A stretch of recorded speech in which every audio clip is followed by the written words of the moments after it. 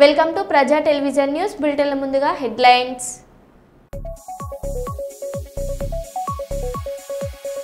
AIG ఆసుపత్రిలో ఎమ్మెల్యేను పరామర్శించిన సీఎం రేవంత్ రెడ్డి.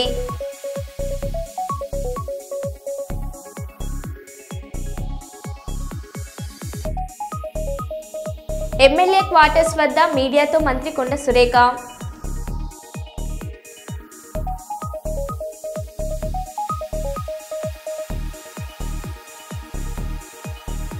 ఛత్తీస్గఢ్లో తమ అనుచరులతో లొంగిపోబోతున్న ఆశన్న.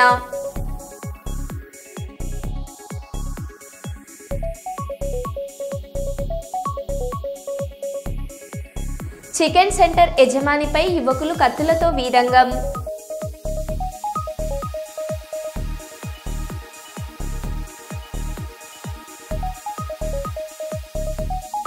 సీనియర్ ఐపీఎస్ ఇంట్లో భారీగా బయటపడ్డ నోట్ల కట్టలు.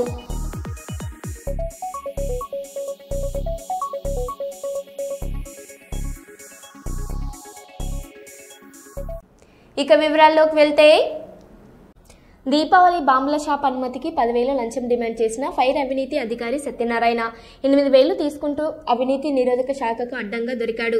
నాగార్జున కళాశాల సమీపంలో ఏసీబీ అధికారులు రెడ్ హ్యాండెడ్గా పట్టుకున్న ఏసీబీ అధికారులు లంచగొండిని రేపు నాంపల్లి ఏసీబీ కోర్టుకు హాజరు. ఏసీబీ హెచ్చరిక, లంచం అడిగితే 1064 టోల్ ఫ్రీ నంబర్కు ఫిర్యాదు చేయండి.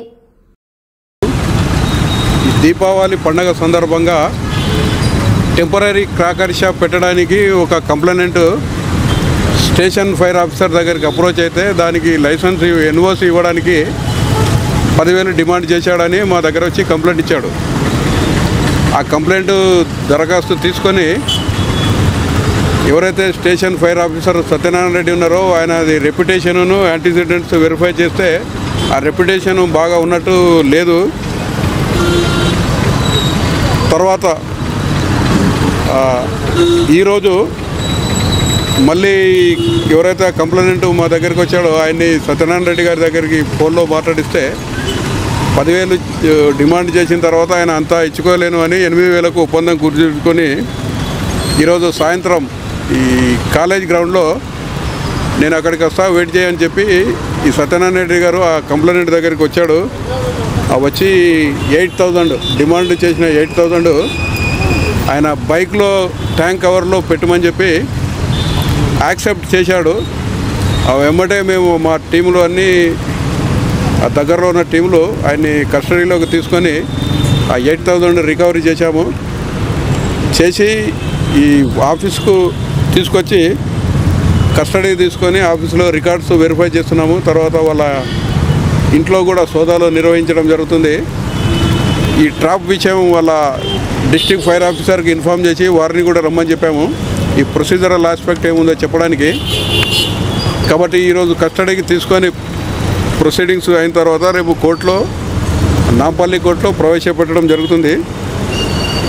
కాబట్టి మీ ద్వారా ఉమ్మడి నల్గొండ జిల్లా ప్రజలకు చెప్పేది ఏంటంటే, ఎవరైనా ప్రభుత్వాధికారి వాళ్ళు చేయాల్సిన పని చేయకుండా లంచం డిమాండ్ చేస్తే ACB toll free number 1064, I repeat 1064, ఆ నంబర్కు మీరు ఫోన్ చేయండి. మీ వివరాలు గోప్యంగా ఉంచి ఎవరి పైన అయితే మీరు కంప్లైంట్ చేస్తారో వెరిఫై చేసి కనెక్టెడ్ రికార్డ్స్ ఎవిడెన్స్ తీసుకొని వాళ్ళపైన యాక్షన్ తీసుకోవడం జరుగుతుంది. ఈ టోల్ ఫ్రీ కాకుండా ఏసీబీ తెలంగాణ ఫేస్బుక్ ఉంది, ఏసీబీ తెలంగాణ ట్విట్టర్ ఇప్పుడు ఎక్స్కు మారింది, దాంట్లో కూడా కంప్లైంట్ చేయొచ్చు. అట్లా చేసిన వాళ్ళపైన వాళ్ళ వివరాలు గోప్యంగా పెట్టి మేము తదుపరి చర్యలు తీసుకోవడం జరుగుతుంది. Okay, thank you. Satyanarayana Reddy ఒకరికే ఉంది, ఎందుకంటే ఎన్ఓసి ఇష్యూ చేయాల్సింది ఆయనే కాబట్టి ఆయన ఒకరికే ఉంది. కాబట్టి అక్కడ బయట వచ్చి డిమాండ్ తీసుకున్నాడు. ఓకే. క్రికెటర్ తిలక్ వర్మను అభినందించిన అన్నయ్య చిరంజీవి గారు పాకిస్తాన్పై భారతదేశం అద్భుతమైన విజయం సాధించిన సందర్భంగా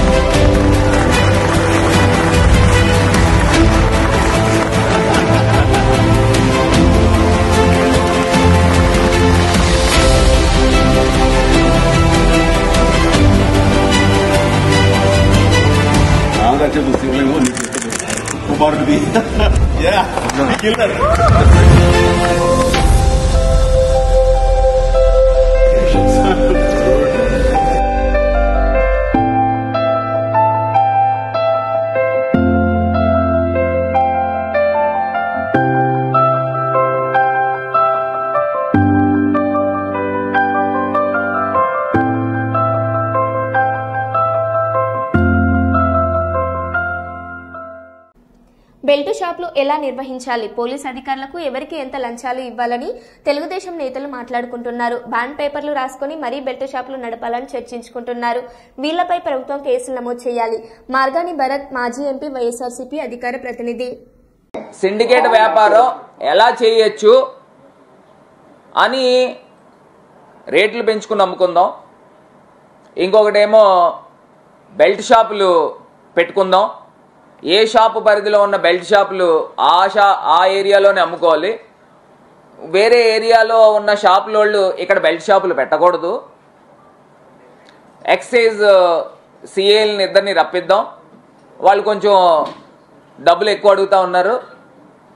వాళ్ళనిద్దరిని నార్త్ సిఐని సౌత్ సిఐని కూడా కూర్చోబెడదాం అని ఇంకొక మద్యం షాపు వాళ్ళతో ఈయన బేరసారాలు చేస్తూ ఉన్నాడు. మళ్ళీ అదేదో బాండ్లు 100 రూపాయల స్టాంప్ పేపర్ మీద బాండ్లు రాసుకోవాలంట, చెక్లు ఇచ్చుకోవాలంట. దీనికి సంబంధం లేదండి. మనం ఇవాళ సిఏలతో ఎక్సైజ్ నార్త్ సౌత్ సిఏలని కూర్చోబెట్టి మాట్లాడించాము. వాళ్ళు ఏదో ఆఫర్ పెట్టారు అంత కావాలని. అది ఈవినింగ్ సిఏ కూడా రమ్మన్నాడు అందరికి. ఏం చేయాలి, ఎలా రమ్మాలి, అందరం కలిపి యూనిటీ ఎలా ఉండాలి. నా సైడ్ నుంచి ఒక చిన్న రిక్వెస్ట్ అండి, చెప్పండి. మీరు కొన్ని లీడ్ తీసుకొని ఏమనుకున్నామో అది ఒక పేపర్ మీద పెట్టండి సార్. అదే దాని గురించి చెప్పి ఏమనుకుంటున్నానంటే ఏదనుకున్నా 39 మీద బాండ్ మీద సంతకం పెట్టించాలి. అంటే 100 రూపాయల బాండ్ మీద సంతకం. అదే నేను చెప్పడం 39 మీద బాండ్ మీద సంతకం ప్లస్ 39 మీద ఎవరికి కేసు వచ్చినా అందరూ బరాయించాలి. ఫర్ ఎగ్జాంపుల్ ఏదో కేసు పెట్టంటారు, కేసు పెట్టమంటే ఎవరికైనా ఈయన ఏం చెప్తున్నాడంటే ఓ పేపర్ మీద పెట్టుకుందాం, రాజమండ్రి సిటీకి రూరల్ కి సంబంధించి 39 షాపులు ఉన్నాయి. ఒకవేళ ఎక్సైజ్ అధికారులు ఏదైనా కేసు పెడితే అందరి మీద పంచుకుందాం అని కేసు పెట్టారనుకోండి, పెడితే 39 మంది కలిపి 5 లక్షల పైన అది కాదు కట్టాలి, కలిపి కట్టాలి. ఏదన్నా కలిపి షేర్ చేసుకోవాలి. నెక్స్ట్ ఇప్పుడు ఎవరు ఎంత కౌంటర్ ఉన్నా కూడా 2 lakhs కౌంటర్ ఉన్న వాళ్ళకి ఎంత మామూలు ఇప్పించాలి, 2.5 కౌంటర్ ఉన్న వాళ్ళకి ఎంత ఇప్పించాలి, 3 lakhs కౌంటర్ ఉన్న వాళ్ళకి ఎంత ఇప్పించాలి. ఈ తర్వాత బెల్ట్ షాపులు కూడా ఒక ఏరియా వాళ్ళు ఒకటి వెళ్ళడానికి వెళ్ళలేదు. ఏ ఏరియాకి సంబంధించిన వాళ్ళు ఆ పరిధిలోనూ ఆ ఏరియా బెల్ట్ షాప్ ఉంటే ఆ షాప్ దగ్గర కొనుక్కోవాలి. ఈయన ఏం మాట్లాడుతున్నాడంటే బెల్ట్ షాపులు ఏ ఏరియాలో ఉన్న షాపులకి దానికి అనుసంధానంగా బెల్ట్ షాపులు వాళ్ళే పెట్టుకోవాలండి. అంటే పక్కన ఏరియాలో ఉన్న షాపుల వాళ్ళు ఈ షాపుల తాలూకా బెల్ట్ ఏరియాలో పెట్టకూడదంట. ఏ ఏరియాలో ఉన్న బెల్ట్ షాపులు ఆ ఏరియాలోనే పెట్టుకోవాలి. ఎవరికి ఇబ్బందులు లేకుండా ఆ ఏరియాలో బెల్ట్ షాపులు పెట్టుకుని అమ్ముకోవాలని డైరెక్ట్ గా చెప్తున్నాడు. ఈయన ఎవడండి? ఈయన తెలుగుదేశం పార్టీ రాజమండ్రి సిటీ అధ్యక్షుడు. ఈయన బినామీ అనుకుంటా. ఒకసారి విందాక పూర్తిగా. రెండోడు దోవడానికి ఏం లేదు. ఇవన్నీ ఈవినింగ్ అన్ని పెట్టి ఆ బాండ్ మీద సంతకం పెట్టించి ఇది ఫుల్ గా రాలేదు. ఇప్పుడు ఇంకోటి ఏం చెప్తున్నాడంటే షాప్ మీద సంతకం పెట్టించంట, బాండ్ మీద సంతకం పెట్టించి ఏ ఏరియాలో ఆ ఏరియా వాళ్ళు బెల్ట్ షాపులు అమ్ముకోవడానికి గురించి సంతకాలు పెడుతున్నారు. ఇది లీగలైజ్ చేస్తున్నారు. మరి అంటే రేషన్ కార్డు లాగా, పాన్ కార్డు లాగా, ఆధార్ కార్డు లాగా, అంటే తాగుబోతులకు కూడా మద్యం కార్డులు ఇవ్వాలి. మీరు మద్యం కార్డులు ఇస్తే ఇంకా చక్కగా డిస్కౌంట్లు లేకపోతే ఇలాంటివన్నీ కూడా ఏర్పాట్లు చేస్తారు అనుకుంటా. షేర్ చేసుకోవాలి. నెక్స్ట్ ఇప్పుడు ఎవరు ఎంత కౌంటర్ ఉన్నా కూడా 2 lakhs కౌంటర్ ఉన్న వాళ్ళకి ఎంత మామూలు ఇప్పించాలి, 2.5 కౌంటర్ ఉన్న వాళ్ళకి ఎంత ఇప్పించాలి, 3 lakhs కౌంటర్ ఉన్న వాళ్ళకి ఎంత ఇప్పించాలి. ఈ తర్వాత బెల్ట్ షాపులు కూడా ఒక ఏరియా వాళ్ళు ఒకటి వెళ్ళడానికి వెళ్ళలేదు. ఏ ఏరియాకి సంబంధించిన వాళ్ళు ఆ పరిధిలోనూ ఆ ఏరియా బెల్ట్ షాప్ ఉంటే ఆ షాప్ దగ్గర కొనుక్కోవాలి. రెండో వాడు దూరడానికి ఏం లేదు. ఇవన్నీ ఈవినింగ్ అన్ని పెట్టి ఆ బాండ్ మీద సంతకం పెట్టించి ₹1,00,000 క్యాష్ కాకుండా చెక్కులు ఇవ్వమని, యాంటీ చెక్కు లేకపోతే ₹1,00,000 చెక్కు వేసేయమని అదంతా కూడా ఒక దగ్గర పెడతారు. అది బయలులో రాసుకుంటారు. ఎవరి దగ్గర ఏమన్నా ఎవరు చెక్లు ఇచ్చారు, చెక్ క్రమంతో చేతున్నారు. బయలు అసలు ఏం చేద్దాం అనుకుంటారండి? ఆంధ్రప్రదేశ్ రాష్ట్రం నవ్వొస్తుంది కూడా. బయలాలు రాసుకుంటారంట, ఒకళ్ళు బెల్ట్ షాప్ పరిధిలో ఇంకోళ్ళు దూరకూడదంట. దానికేమో ₹100 స్టాంప్ పేపర్ మీద పూచీకత్తి కింద ₹1,00,000 క్యాష్ కాదు ₹1,00,000 చెక్లు ఇచ్చుకుందాం, అవసరమైతే బ్లాంక్ చెక్లు ఇప్పిద్దాం. ఈయన మాట్లాడుతున్నాడు.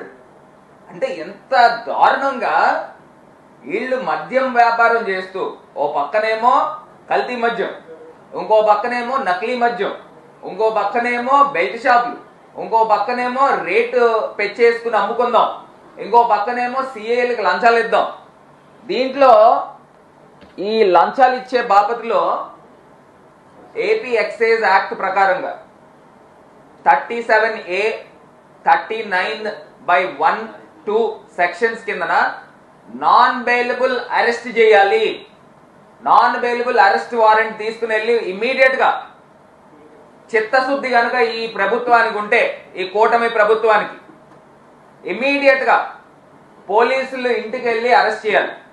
ఎవరెవరికి సంభాషణలు చేశాడు ఇవన్నీ బయటికి తీస్తే, చిత్తశుద్ధితో మళ్ళీ చెప్తున్నా, ఒకవేళ నిజంగా తెలుగుదేశం పార్టీ అధిష్టానం ప్రమేయం లేకుండా ఇది జరుగుతుంది అని అంటే ఇమ్మీడియట్ గా పార్టీ నుంచి సస్పెండ్ చేయండి, ఇమ్మీడియట్ గా అరెస్ట్ చేయండి. ఏ సెక్షన్స్ అయితే వస్తాయో ఆ సెక్షన్స్ ప్రకారంగా అరెస్ట్ చేయండి. దీంతో పాటు కరప్షన్, డైరెక్ట్ గా ఒక ప్రభుత్వ అధికారులకి లంచాలు ఇద్దాము, ఎక్సైజ్ డిపార్ట్మెంట్ కి నార్త్ సిఐకి సౌత్ సిఐకి ఇద్దామని చెప్పి డైరెక్ట్ మాట్లాడుతున్నాడు.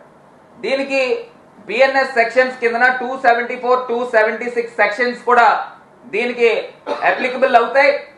దీని వెనకాతలు ఎవడున్నాడు అనే దాన్ని కూడా ఖచ్చితంగా బయటికి తీసుకురావాల్సిన అవసరం ఉంది అని కూడా ఈ సందర్భంగా తెలియపరుస్తూ, ఛత్తీస్గఢ్లో తమ అనుచరులతో లొంగిపోతున్న ఆసన్న మావోయిస్టు పార్టీ కేంద్ర కమిటీ సభ్యుడు రూపేష్ అలియాస్ ఆసన్న లొంగుబాటుకు ముందు తన సహచరుల సమక్షంలో ఆఖరి ప్రసంగం. తమ సహచరులు ఇంకా కొంతమంది పోరాడాలి అనుకుంటున్నారని, భద్రతా బలగాలను అనుసరించి జనజీవన స్రవంతిలో కలవాలని, అలాంటి వారు తమ నంబర్ 626671-38163కి సంప్రదించాలని అన్నారు.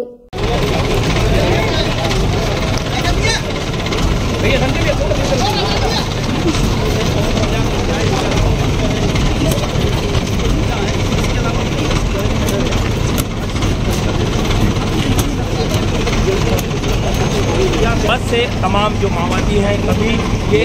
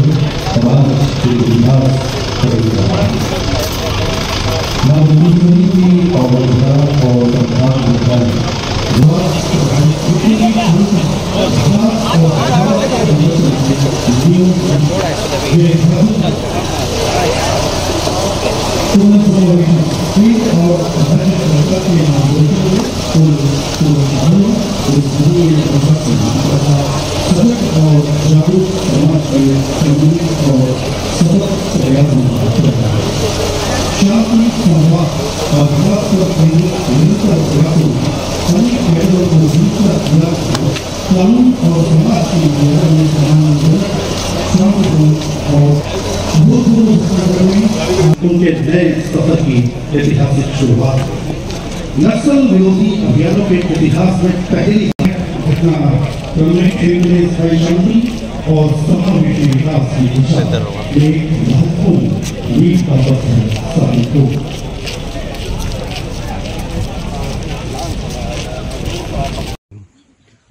शायद कोई नंबर भी आप जारी करने वाले थे, उसकी बात तो करेंगे।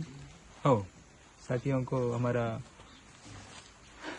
जो साथी लोग हैं जो सशस्त्र संघर्ष को जारी रखना है करके जो तय किए साथी लोग भी अभी हम जिन विषयों को लेकर हमने ये निर्णय लिया इसमें मेजॉरिटी साथियों को तो हमारा जो तरीका है जो तरीका हमने लिया उस पर आपत्ति है, लेकिन वो तरीका किस स्थिति में हमने वो तरीका को अपनाया इसे समझना है करके मैं अपील कर रहा हूँ साथी लोगों को। आप लोग भी सोचना चाहिए, आप लोगों का सुरक्षा का चिंता जरूर है हमें। पहले हम बचना है, बाद में हम क्या करना है करके सोच सकते, जो मौका है उसको इस्तेमाल कर सकते हम। इसलिए सभी साथी लोग और किसी साथियों का भी जानकारी भी नहीं है, वो साथी लोगों को अभी जानकारी हो रही, कुछ लोगों को दूसरा राज्यों में जो साथी लोग हैं ये तो इस प्रक्रिया के बारे में क्या हो रहे जानकारी भी नहीं है। अभी मीडिया के जरिए ये सब तो पता चलेगा, तब आप लोग भी अगर सोचने से इस प्रक्रिया में आना चाहे तो फिर क्या तरीका कुछ तो रहना चाहिए करके मैं सोच के मैं एक मेरा कांटेक्ट नंबर दे रहा हूँ। आप लोग इसमें कांटेक्ट कर सकते, कांटेक्ट करने से हम इसके ऊपर कोई कुछ भी आपका विचार भी बता सकते इसके ऊपर, और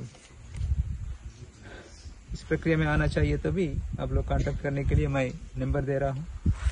मेरा कांटेक्ट नंबर है 6267138163 और एक बार दोहरा रहा हूँ 6267138163।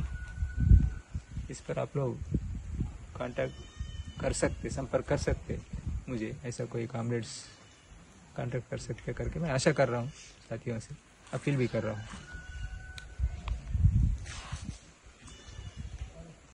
హైదరాబాద్లోని గచ్చిబౌలి ఏఐజీ ఆసుపత్రిలో చికిత్స పొందుతున్న మంచిర్యాల ఎమ్మెల్యే ప్రేమ్సాగర్ రావును ముఖ్యమంత్రి రేవంత్ రెడ్డి డిప్యూటీ సీఎం బట్టి విక్రమార్క గురువారం పరామర్శించారు. ఎమ్మెల్యే ఆరోగ్య పరిస్థితిని వైద్యులతో మాట్లాడి అడిగి తెలుసుకున్నారు. అనారోగ్య సమస్యలతో ఎమ్మెల్యే ప్రేమ్సాగర్ రావు ఆసుపత్రిలో చికిత్స పొందుతున్నట్లు సమాచారం.